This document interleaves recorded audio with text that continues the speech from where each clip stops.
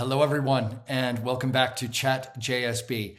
I have to say, on one level, I feel really selfish making these episodes of Chat JSB because although ostensibly I do it for all of you out there who are enjoying the complete Bach and wanting to know more behind the scenes about the performers and the music, for me, it is just such a labor of love getting to talk to some old friends, but also getting to talk to people who I've not met before. Today is a great example of that. Jeremy Denk, who is one of my very favorite pianists. I would say Bach pianists, but he's famous for so much more than Bach, but we will contain ourselves here to Bach. He is one of the most intelligent, innately musical, and elegant players out there. And particularly with his recording of the Goldberg Variations, which I highly recommend to you, back in 2013, the whole world became aware of just what a genius he is. Speaking of genius, he was even recognized internationally as a genius, having been awarded one of those highly coveted MacArthur Genius Grants.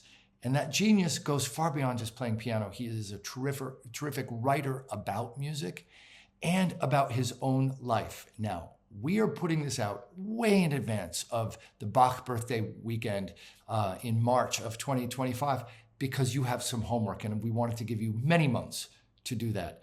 I think that you should read his memoir, All Good Boys Do Fine. It is absolutely terrific. I actually recommend that you listen to his recording of it so you can get his voice in your ears and also hear a bit of music as he talks about different pieces. So I highly recommend that. And then the other bit of homework, and you're going to hear this when we're talking in a moment, is to listen to his recording of the 6th partita. That will help you to understand our chat now. And in fact, maybe you just want to go away and listen to that, the first movement and the last in particular, and then listen to the chat. But also, I think you should steep yourself in that one piece before the concert in March. We're going to be a little bit out of the ordinary. I'm going to hand it over now so you can see me talking to Jeremy. But then at the end of this Chat JSB, I'm going to come back for a few minutes and give just a little bit of a chat about the partitas that might help you to contextualize the pieces if you would like that, if you want to stay on. It's like doing a survey after a phone call. So like I say, I feel really selfish because I just love these chats. I hope that you are enjoying just a couple musicians who love Bach, geeking out about Bach, though I do not put myself in the same category as Jeremy Denk, brains-wise or musician-wise. Let's check out that chat. And if you want to come back at the end, I will be here for you. Thank you so much. So as promised, here I am with one of the great pianists of our time. I won't say great Bach pianists because he's that certainly, but great pianists writ large. And it is such a pleasure, Jeremy, not just to have you with us today, but to be looking forward to your concert of all of the partitas in Worcester in March. So welcome. Thank you so much. And I'm looking forward very much.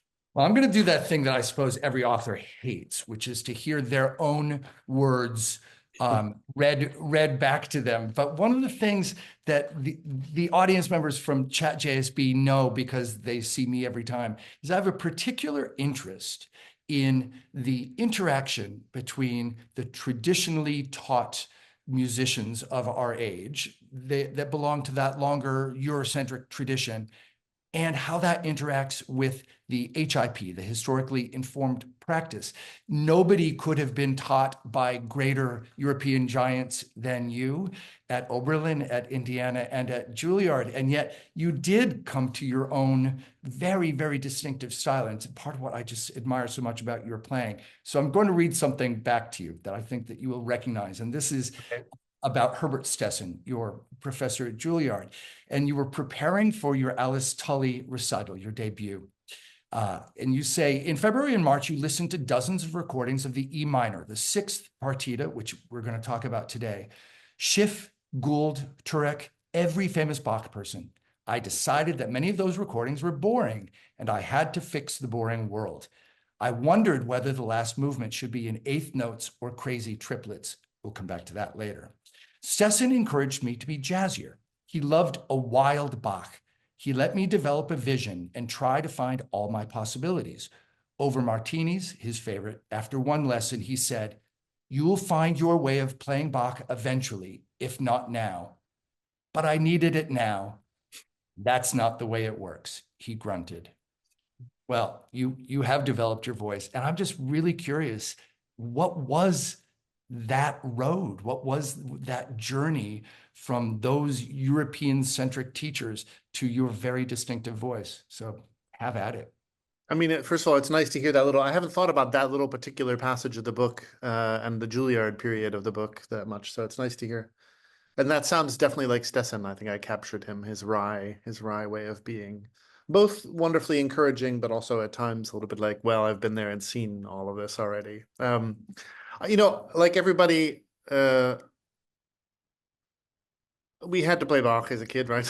In competitions or whatever. And then, of course, I fell under the spell of Glenn Gould, which you couldn't miss. And also, Ivo Pogorelic had this famous recording of the English suites, which was incredibly fast and motoric and fingery in a kind of astonishing way, a kind of a vision of pure digital, like energy. And I think both of those recordings were really big for me, and I saw something in Bach through them, right? The famous Goldbergs. I always preferred the earlier one. I was going to say, you write about preferring you're quite dismissive of the later recording. Well, for me, the later one is just preposterous. I don't get it at all. But many people love it and find it to be the most. And I don't want to ruin their pleasure. I just don't get it. I agree with you, by the way. I'm not sure. I've never understood that, but anyway. So, and there was that, and then Shepard, who I studied with in Bloomington, he was a beautiful Bach player, very tasteful, very self-effacing, very pure. Some of the best performance. He used to play a lot of the French suites and recitals and things like that, and he had a way of manifesting Bach's language at the piano through choosing to do less, but also very subtle, expressive intentions that it's like, oh, that's amazing. I can hear how this music speaks through him too, which was in a way the opposite of Glenn Gould. Not romantic, but neither the kind of slightly mania or some perversity that sometimes you might feel Glenn Gould succumbs to. So I was excited about that, and I played a lot of Bach off and on, sometimes weirdly, sometimes more successfully. I played the E minor partita at my New York debut recital, and it was an ongoing journey. Would you like to hear what Tomasini said about it? I think what he said was accurate, and I said so in the book. Yeah, you did. A lot of ideas, too many ideas, basically. Yeah, so I went back to the source Right. because I thought, and I've always thought Tomasini is actually quite insightful about Bach. But I love this. It says Mr. Denk's performance was elegant and imaginative. If anything, in trying to bring variety of touches, colors, and voicings to the music, his playing was sometimes fussy, but his insights were always compelling.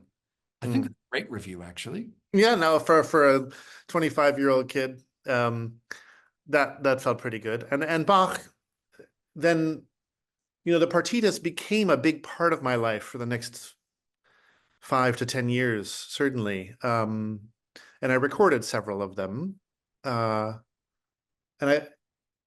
They became also kind of emotional obsession for me. When I started blogging, I wrote a huge series on the D major partita. And of course, I began to think about historically informed performers bit by bit. At first, I was a little bit repulsed by some of the rhythmic tics of some of this interpretation.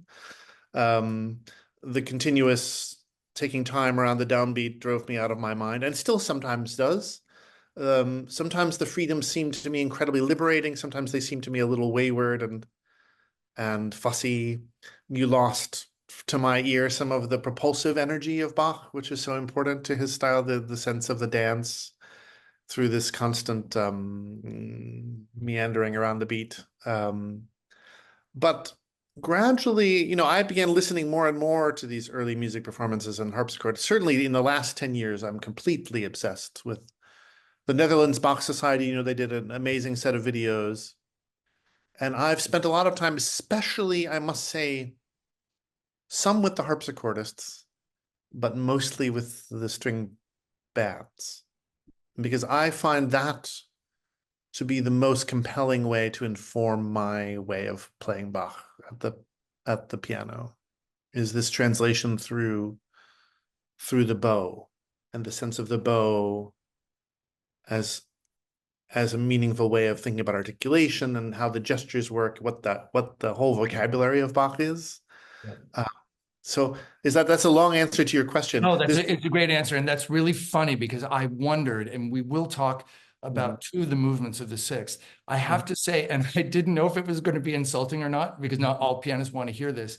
Mhm. Um, I don't think I've ever heard a pianist capture the um, splash that a harpsichord can create in one of its sort of French flourishes. Mhm. And when to hear you say that, yeah, you did end up listening to harpsichord. How have you tried to translate some of that color and flair into your playing? What do you think about? That's an interesting question. That's really detailed. There is a wonderful crunch and a crackle to a harpsichord arpeggio or a trill, right? I often think this is a slight diversion, but I often think Bach writes a trill or an ornament in order to create an accent, because you notice, or an emphasis of some kind, because a trill at the harpsichord is really an event, right? It's suddenly like like your teeth shake almost from it. Um, and so it sets out from the texture something that's really important. It's not just a elegant, polite thing, as we often tend to be taught to play trills in the world, especially of Mozart, Haydn, Beethoven, right? And so I do love that element of the harpsichord, and there's a sort of demonic or fear. There's a fierceness to that crackle of the sound at times that is an incredibly important part of the Bach emotional language, right?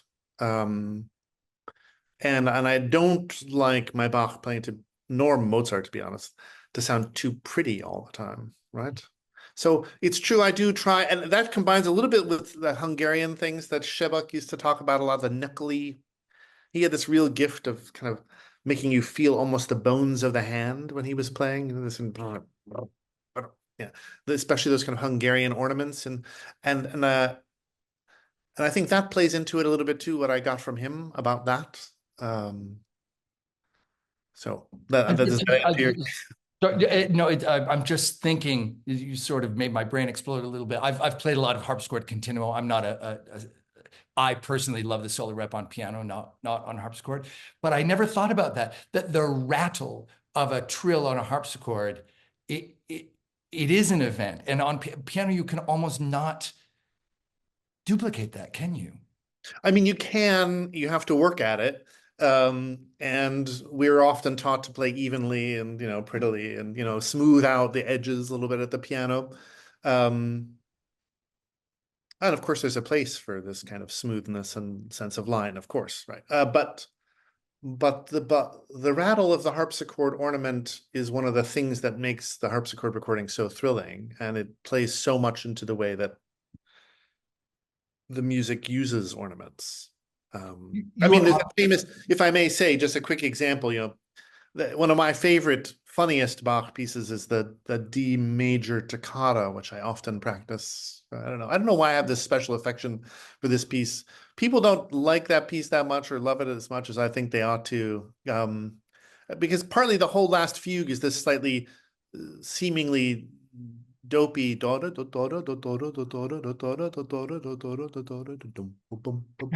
yeah. right? This kind of country dance. It's like country bumpkin dance almost. And then there's this marvelous place towards the end where he stops the action and then suddenly double time.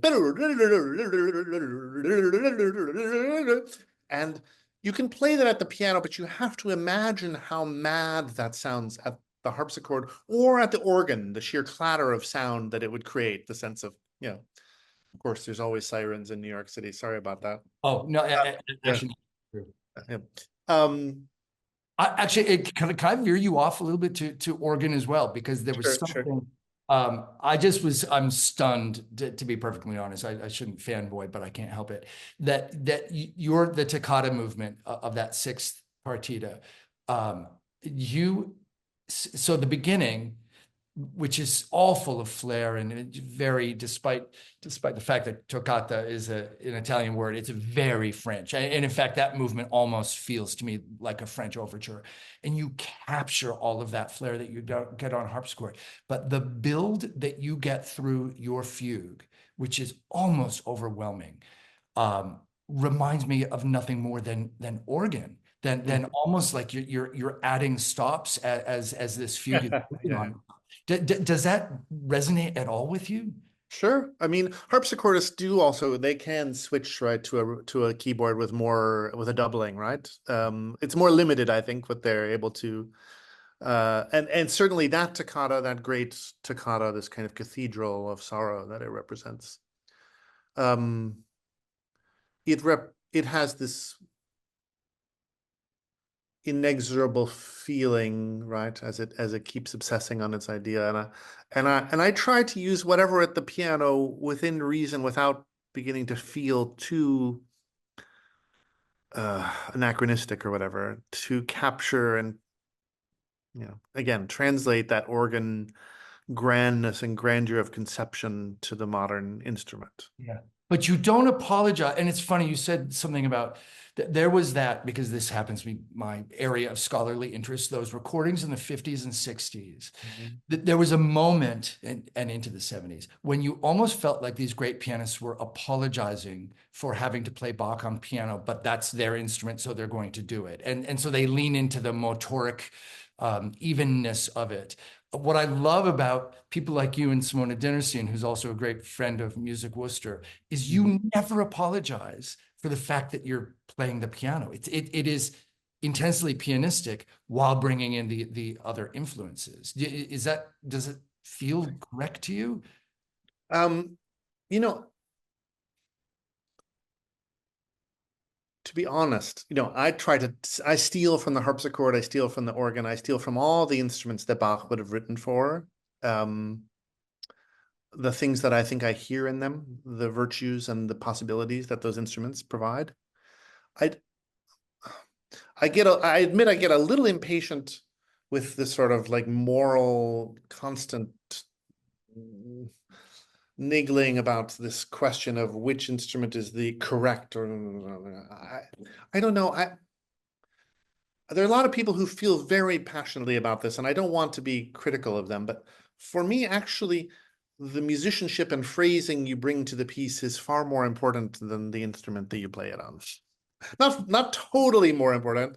The instrument helps a lot and can do certain things, but I also feel that if you are in touch with Bach's notes and you're thinking about them in a deep way and what they might mean and how they're grouped, this can make up for a lot of the the issues of translation that come up playing this music on a different Yeah. instrument that it was written for. Well, and it's the beauty of being at the stage in the cycle of HIP it's we've reached a détente.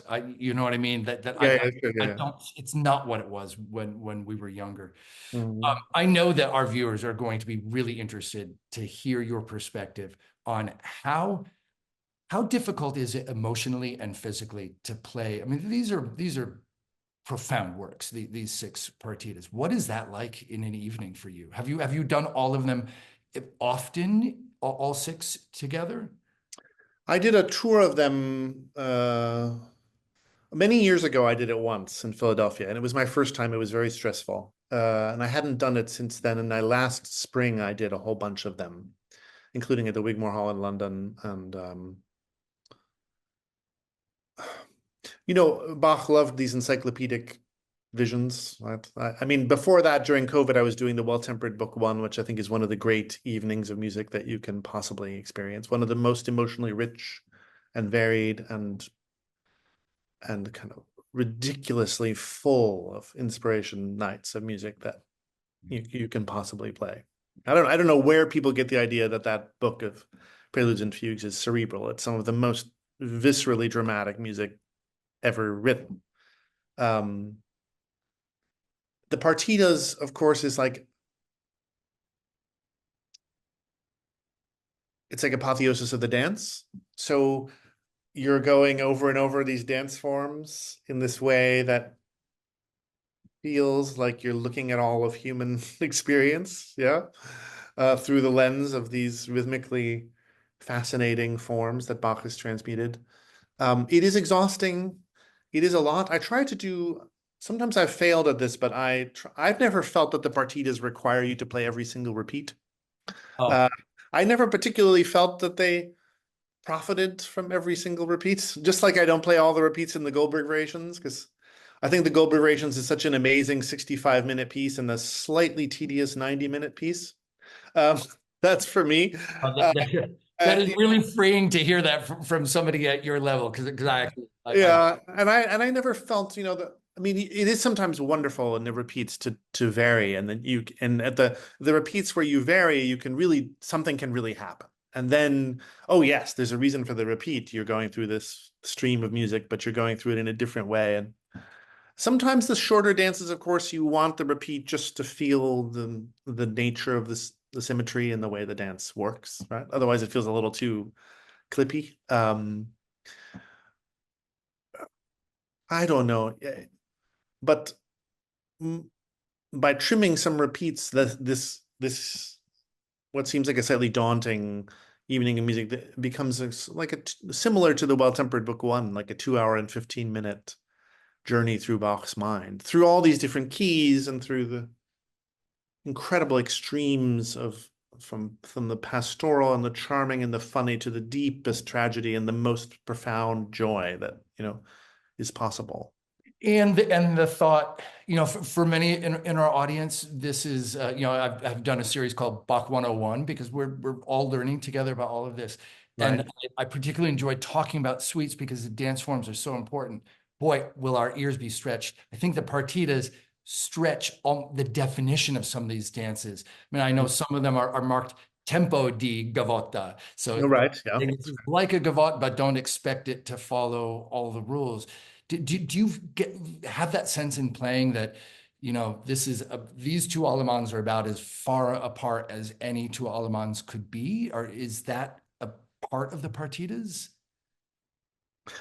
Of course, it's part of the part of the partitas is that we live so far away from these dances that we don't really know the context, right? We don't understand them the way that Bach understood them. And even in many cases, by the time some of these dances reached Bach, they'd gone through these incredible metamorphoses, right?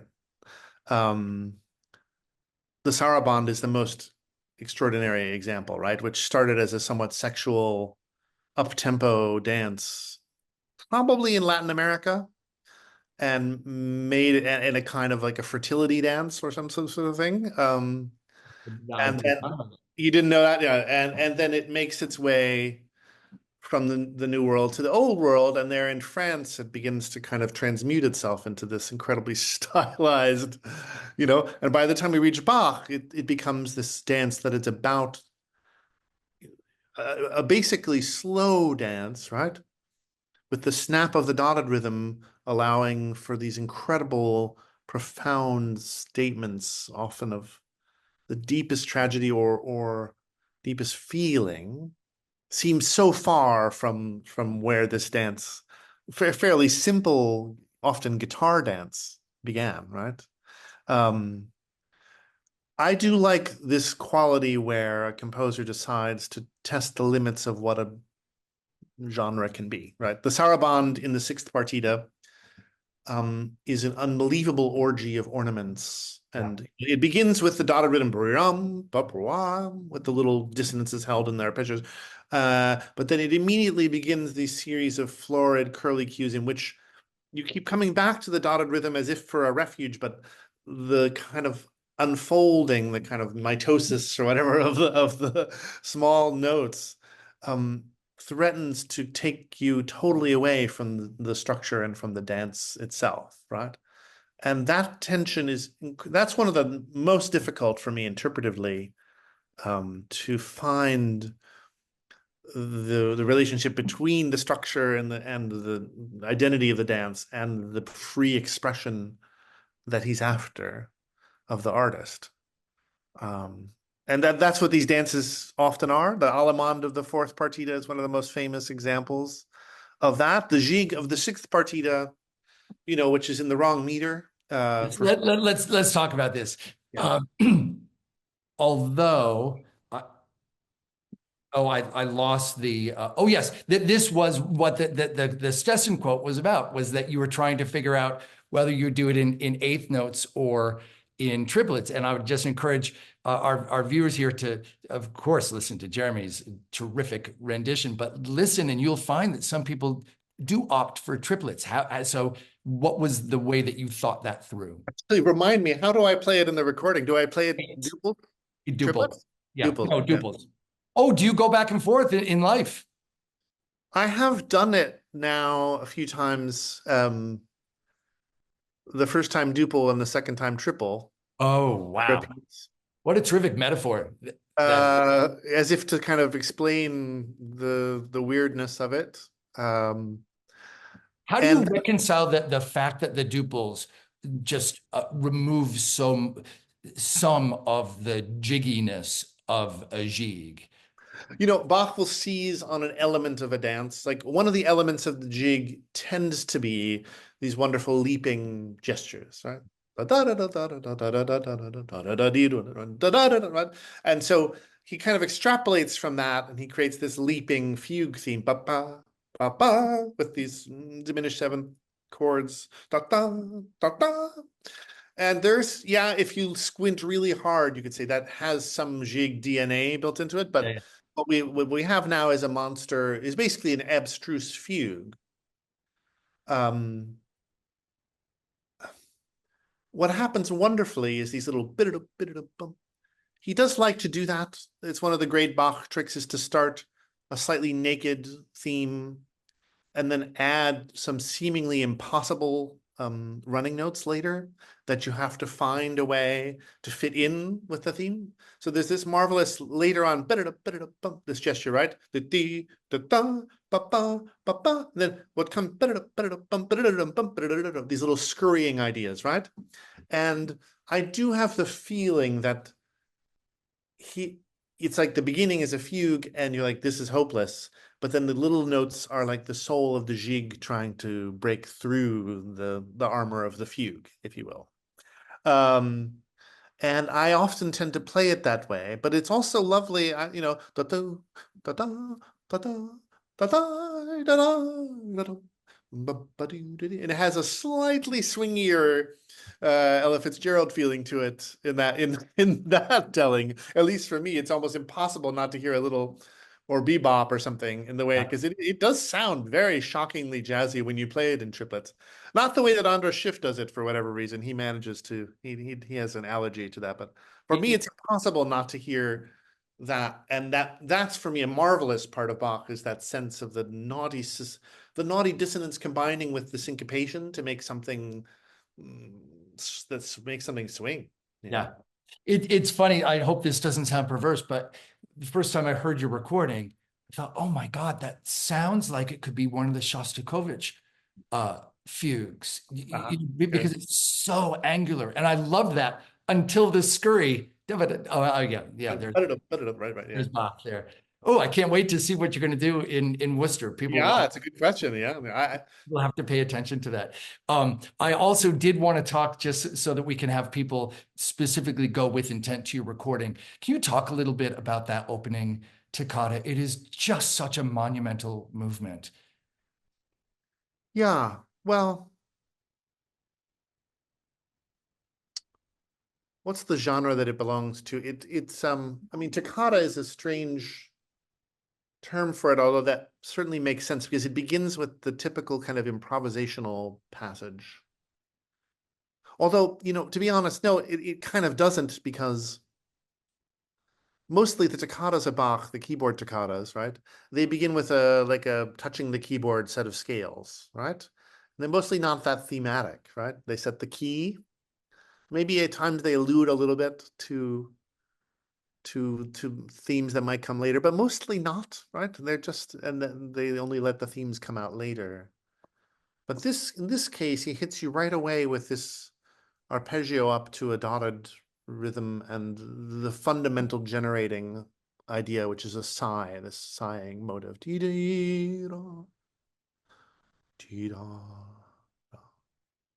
And the various seventh chords that come along with that, seventh and ninth chords, actually, as it turns out.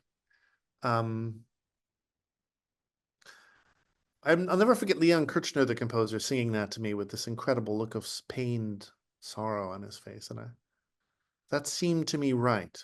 There's the incredible nobility of sorrow seems to be the two sort of strains in that. And then he visits the other kind of most cliched, most typical musical symbol of tragedy, which is the descending, the descending four notes, which you might use in any Baroque, lament, right? But he transcends always. What? But he transcends the Well, cliche, the gesture. I'm not saying it sounds cliche, but he's taking on the most fundamental types, tropes, as they like to say in academia. I hate that term, I hate it so much, but that's what it is. It's a trope. It's a musical thing that everybody knows. This is what this means. And he alternates between this dotted rhythm, various arpeggiations modulating, and this other meditation on the falling idea, which is somewhat more patient, right? And that's the opening part. And that's the final part, right? He kind of bookends the whole piece. And then in the middle is this fugue based on the opening sigh motive. Actually, three sighs added together. Another one down there. Another one reverse. And a little cadential formula.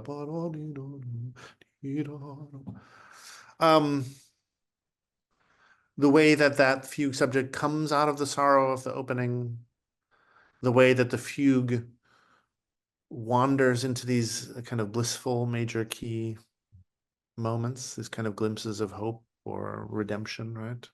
And then returns back to the sighs and the grind of the dissonance over and over again, and then keeps building, keeps finding, right?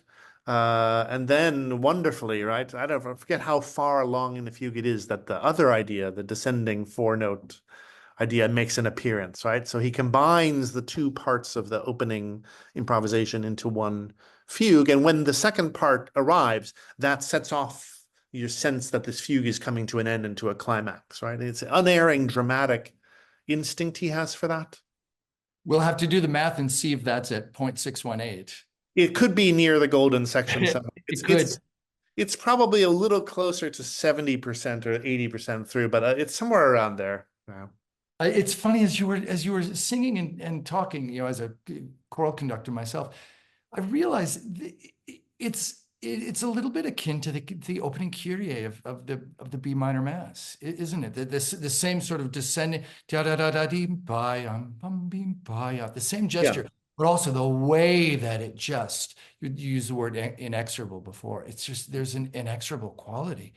And like I said, it sounds almost like an organ, the way that you bring the depth of, not just louder, but the depth of color, which is a technical, we won't go down that road, but that you have to start. And this is what we know from your memoirs, you know, that you worked with these giants who helped you get a technique that could get those colors. Well, I did have wonderful teachers, and thank you for the kind words. I do. That fugue is one of the most powerful. The whole opening movement is really one of the most powerful Bach movements. It has kind of a universal sense of eloquence that so many people can relate to it who can't relate to Bach in many other ways, but that carries them. I'm going to let you go because I'm sure that you have really exciting things waiting. Could I just finish with more of your words? Because I just please, absolutely love this. And it strikes me that it's the perfect way to end after hearing you talk about that movement. This is after you had played for George Shubik, the Goldbergs that you had been working on. Sure. You said, at last he offered one memorable universal suggestion. In the middle of streams of notes, he said, I had to settle myself. He'd make just one note last an iota longer and slightly sing it. Those notes poked out of the stream like friends waving from a passing train. His few words expressed one of the most essential tricks to playing Bach. Bach hates stopping and loves to elide. Mhm. His ongoingness is essential to his revelation, God's eternal plan, the spinning cosmos. But you must find repose. You must breathe while in motion, like the pilot of a plane turning in order to stay in place. May I just say that as somebody who has conducted a great deal of Bach, like that almost brings tears to my eyes. It is so difficult to express the ephemeral evanescence of Bach. Whew, that does it. And you do that in your playing. So I just, on behalf of people who love Bach, I just want to say thank you, Jeremy. Oh, very sweet. I'm glad to hear that passage. Sometimes in all that writing, I was like, oh yeah, that's worth writing down. It's not just navel gazing. And thank you. That passage, I think I summed up something about Bach that I do too. He is hard to sum up. I mean, Yeah, a he man is. that contains multitudes. No, he does. Um, thank you. We are really, and they have lots of homework. They've got to read and I think listen to you reading your book, and plus you play some excerpts, and they need to listen to at least the sixth partita. 5 months, everybody, to do your homework. Jeremy Denk, I look forward to seeing you in Worcester in March. Me too. I look forward to seeing you. Thanks for the wonderful interview. Okay, well, I hope that you enjoyed that as much as I did. He surely is fascinating and incredibly intelligent. I want to talk a little bit about the partitas. And I would, speaking of homework, and I'm so sorry to keep sending you back to things, but wanting you to understand so much about Bach's music. And that is the reason why I've been producing Bach 101. And I think that you really ought to go back and listen at least to the first episode about suites, because so much of Bach's music is steeped in those dance movements. And the partitas are suites. This is a little bit confusing in the keyboard repertoire in particular. We have the French suites and the English suites and the partitas, even though the word partita doesn't have the word suite in it. Sometimes they're referred to as the German suites. You might remember in Bach 101, I talk about part of Bach's genius is his ability to synthesize these three co-equal strands of Baroque music: the frilliness of the French, the singfulness of the Italian, but also the virtuosity of the Italian, and then the more sober counterpoint, for example, of the Germans. But because the partita is a distinctly German form, let me talk about that for a second, because there is something else misleading about the use of the word partita. The partita in the 17th century, so in the 1600s, the century of Bach's birth, as opposed to the century in which he lived in Leipzig, partita was something a little bit different. Now, as it suggests, it's something that is split into parts, one composition with many parts. It was essentially a theme and variations. And more often than not, it was for organ, because the theme was one of those Lutheran chorales. And Bach actually, very early in his career, when he was still a young organist, wrote a number of these variations. He would take a Lutheran chorale and then write variations on it. So, as so often happens in music, a term transmogrifies to mean something else, so that by the time that Bach in the 1730s was creating these partitas, the word partita had come to be more synonymous with suite.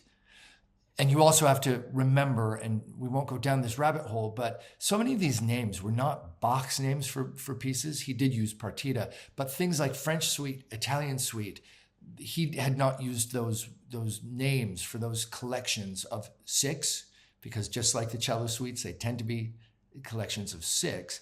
He did say partita, but publishers often referred to them as the German partitas, and there's just no reason for that at all. But it does help us to think of that as the French, the Italian, and the and the German, I don't know how English gets in there. There's no such thing as an English suite, except that, as you may remember, I said his son, J.C. Bach, who went to England, brought those scores. So it's all, the nomenclature is on some level meaningless and on another level certainly confusing. But to delve into the glories of the Bach partitas, the keyboard suites, there is an element of the original sense of partita, the original sense of theme and variation that does actually linger. And that is this: they are not a theme and variations, but the idea of contrast that is at the heart of what a variation does. One variation might be full of fireworks, the next might be slow and stately. The partitas are much more varied in their musical content than are the French or the English suites. Now, part of this has to do with the reason that he wrote the partitas. These were the first works that Bach published since those two very early cantatas, starting to pull things together with the complete Bach. If you came to our first concert this year, BWV 71, a town election council cantata from Mühlhausen, one of his very first jobs, that had been published. Nothing else was published until he had these published. He published them one at a time, these 6 partitas. Just a little inside baseball. We think that he might have been aiming to write a 7th as well, to make it a partner with a set of partitas that his predecessor in Leipzig, Johann Kuhnau, wrote, but only 6 of them are extant. So the set of 6 partitas, 6 suites, and possibly because he was publishing them and wanted to show the musical world what he could do, he goes much further in terms of, take for example, now we always talk about all cows smell gross, Allemande, Courant, Sarabande, and Jig, that are always within these suites. Well, what we find in the partitas is that you will find an Allemande that is very different from one suite to another, as if to say, encyclopedically, because we talk about this with Bach all the time, right? Those 3 E's. His encyclopedic tendency. He wants to show everything that's possible in an Allemande, or a Courant, or a Sarabande, or a Jig. So across the 6, you get tons of variation and contrast. That is reason alone, even though it makes it a big night of playing for Jeremy Denk, it's reason alone to hear them in one sitting, because you will get a sense of the very scope of that. Now, forgive me while I look at my notes, because I don't want to get this wrong. These works are the first in 4 books of a set that is called the Klavierübung. Klavier meaning keyboard, and Übung just means practice. So this is, and practice not as sitting down at the keyboard and practicing, but the practice, the art. It reminds me of Couperin, who wrote a book called L'Art de toucher le clavecin, the art of touching, the art of playing the keyboard. It's a similar idea. It takes you all the way through everything that is possible. The first book is these suites, saying these dance forms are hugely important, which we already know, right? That's the first book, and he published that between 1726 and 31. He released each of them individually and then collected them later. The second book, the Italian Concerto and the Overture in the French style. So do you see? Book 1, German, Book 2, Italian and French, showing everything that was possible in this universe of music. Skip to verse 4. Book 4, which is the Goldberg variations, which we know and love. And that is another kind of aspect of the musical universe for the keyboard is exploring these canons and everything that is possible through these variations. Book 3, I'm not going to talk about right now, but I will mention it in passing because it is the organ book. It is a book full of music for the liturgical year. We'll talk more about that when we talk about organ stuff. But otherwise, you see that this Klavierübung, this universe, this encyclopedia, because that's what we talk about with Bach, encyclopedia of keyboard music. And the partitas is his way of exploring the suites, all of these different dance forms in different keys, in different tonalities, the different forms, not just all cows smell gross, not just Alman Kurant Sarban Jig, but he goes further afield to explore even more. So if in that episode that I made for you, we looked at pieces like the bourrée and the passepied, the minuet and the gavotte, which those appear more standard. But we've got a few here that you rarely see in Bach's suites. A toccata, you heard Jeremy and me talking about that opening movement of the sixth partita, which is toccata, same as l'art du toucher, the art of touching the keyboard. Toccata comes from tocar, to touch, and it is very tactile and you'll get little snippets of a phrase before it completes itself. The capriccio, which is as playful as it sounds. The burlesca, which is another character piece, as is the scherzo, which we see much later, don't we, in the music of Beethoven in particular. And then the aria, and we see that word aria in the keyboard music from time to time, the opening of the Goldberg variations, for example. These different forms harken back more fully to the French suites. If you look through suites by Rameau or Couperin, there will be many of these sort of side forms, and they're full of character. Bach doesn't do that as often in these other suites. If you think about the cello suites in particular, they were very standard forms and didn't go all that far beyond the ones that I talk about in Bach 101. It's another way in which the partitas envelop much more of a musical universe.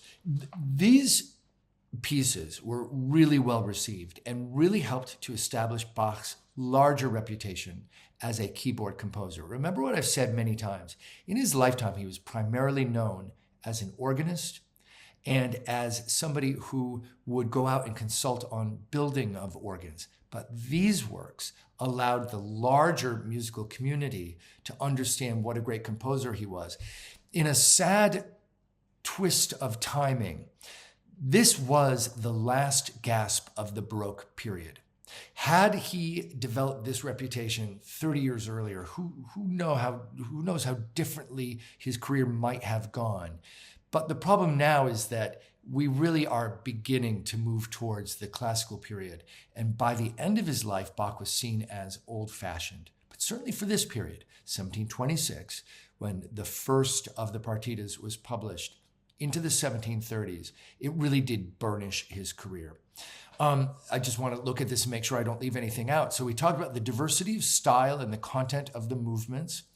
There's a big contrast between the French style and the Italian style. And he will even use the Italian word corrente for a movement in one of the partitas that he wants to be particularly Italianate, but then courant for one that he wants to say, this is me channeling French Baroque music. He really stretches the rules. So in that Bach 101, I taught you many things, like a gavotte does dum bum ba, 3 4 1. A sarban goes 1 2 3. But he stretches those rules in these partitas.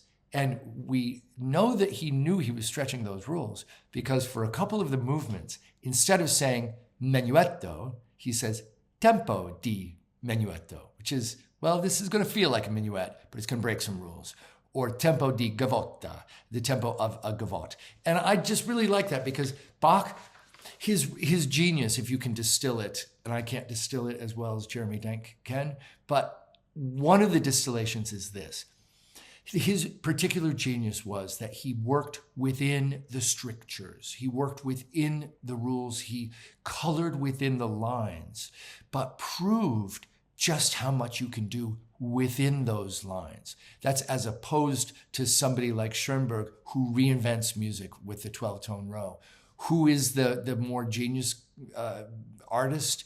I don't know. Is it the one who can do everything within the rules or the one who breaks the mold? I think the answer to that probably depends on you and whether you are a mold breaker or a line colorer. And then finally, he really stretches the characters of the individual dances. It was part of why I wanted to talk to Jeremy about that final partita 6, that jig, which remember I said that sounds a little bit more like Shostakovich and can be really quite rigid when what we know about jigs is they roll.